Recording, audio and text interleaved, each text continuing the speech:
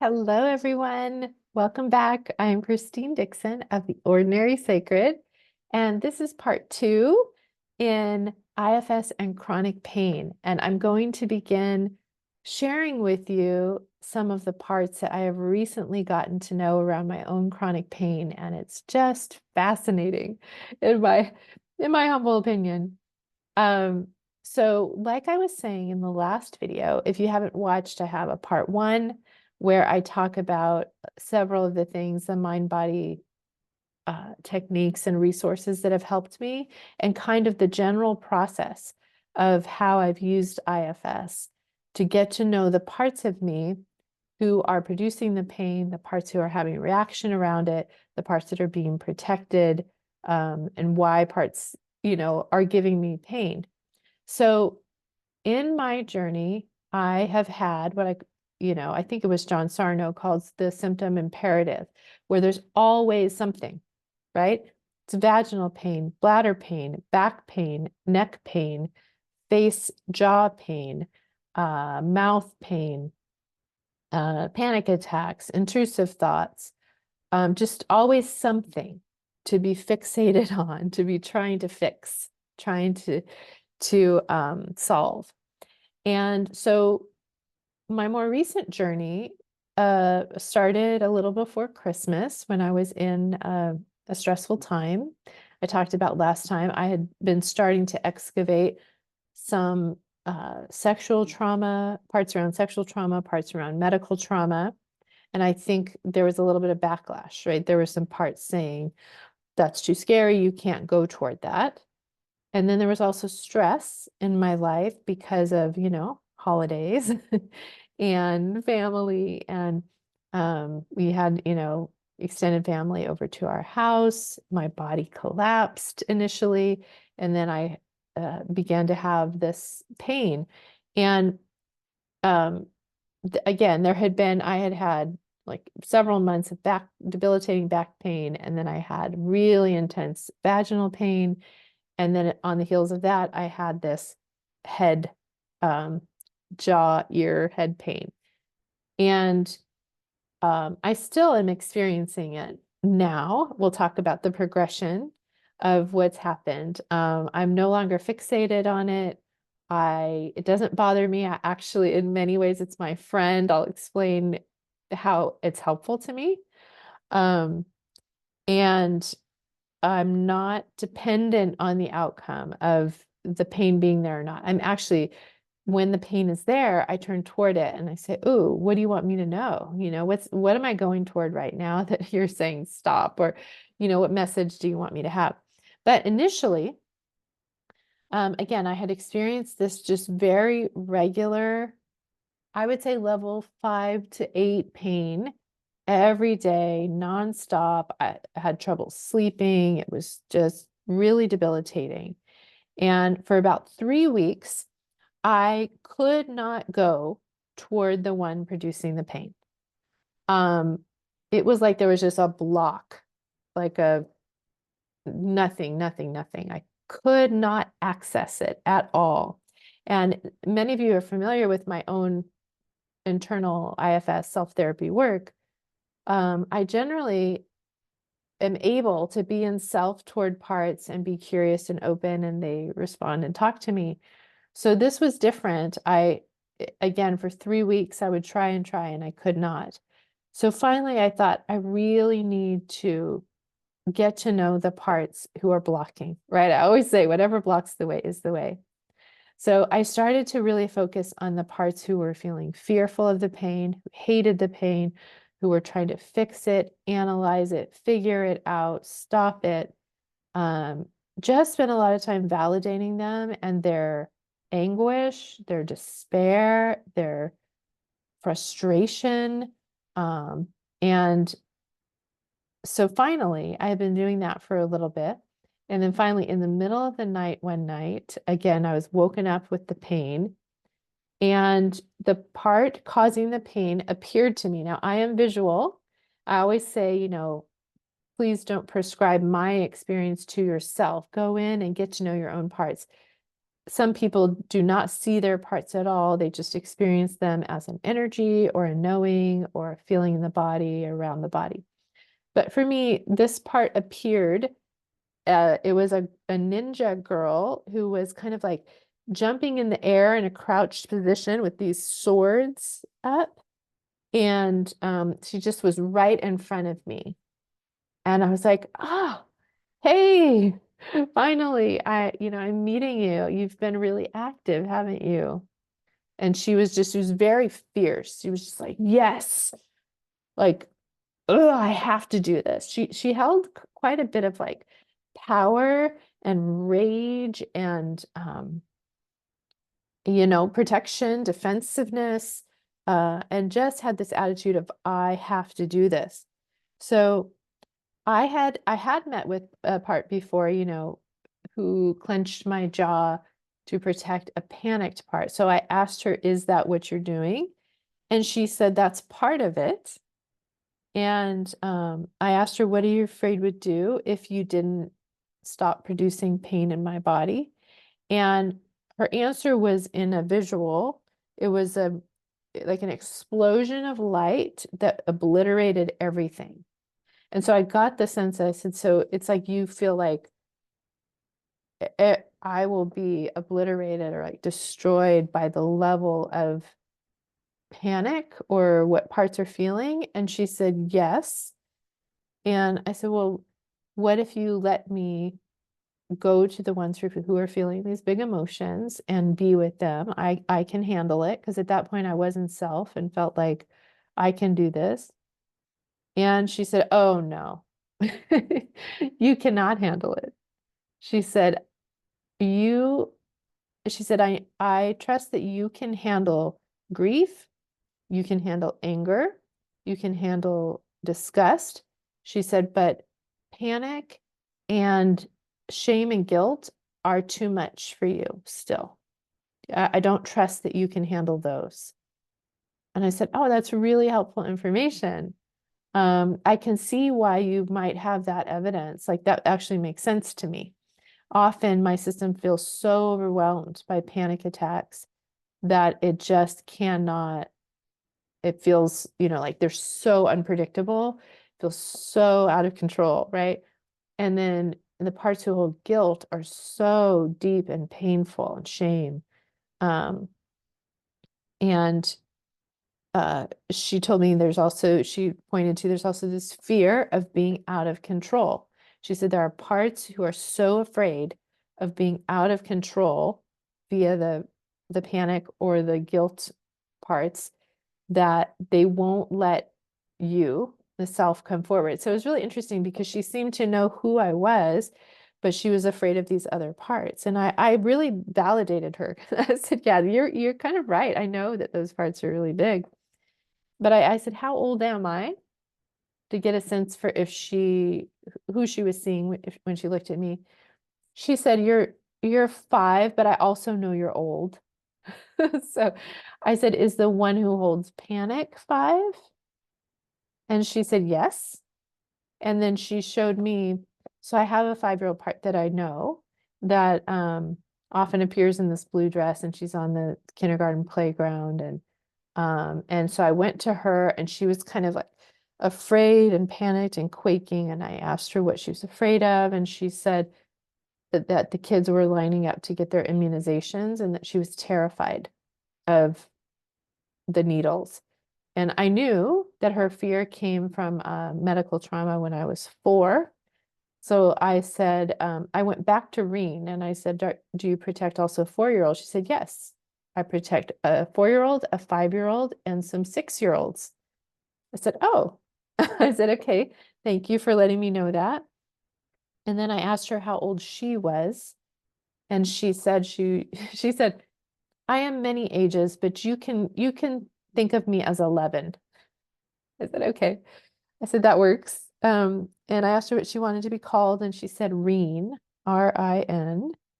And she explained that she has many parts that she called minions that work for her, that she's kind of the head part in charge of creating physical pain, but then she assigns other parts. Like You produce jaw pain, you produce abdominal pain, you produce vaginal pain, you produce back pain, like that kind of thing.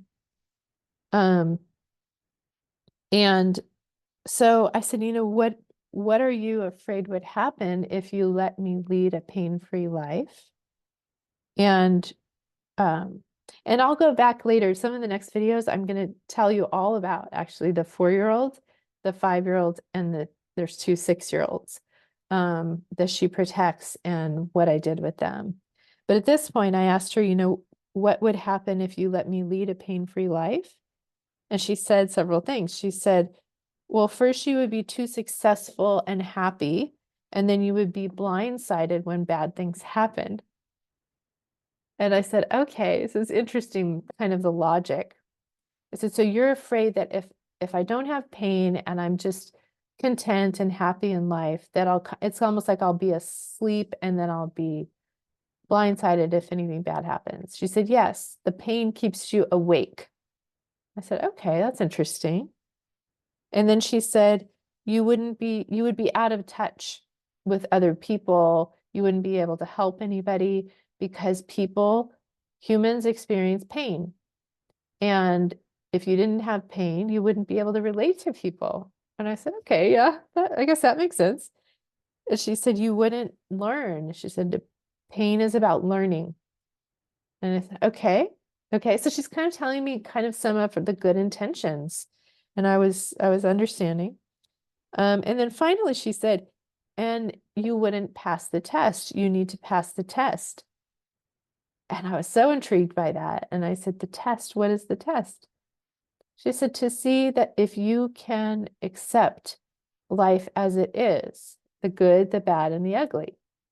And I said, what if I show you that I can enjoy the moment and I can accept even the bad when it comes? She said, yes, exactly. Show me that. Because up until that point, I had been experiencing this pain, and all of these other parts had been resisting it, hating it, fearing it, fixing it, analyzing it, the opposite of accepting it, right?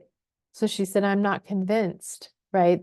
That you can do that. You need to pass this test. And I learned later, you'll see with the 4-year-old part with medical trauma, that there was another very specific test. But she said, yeah, show me, do it.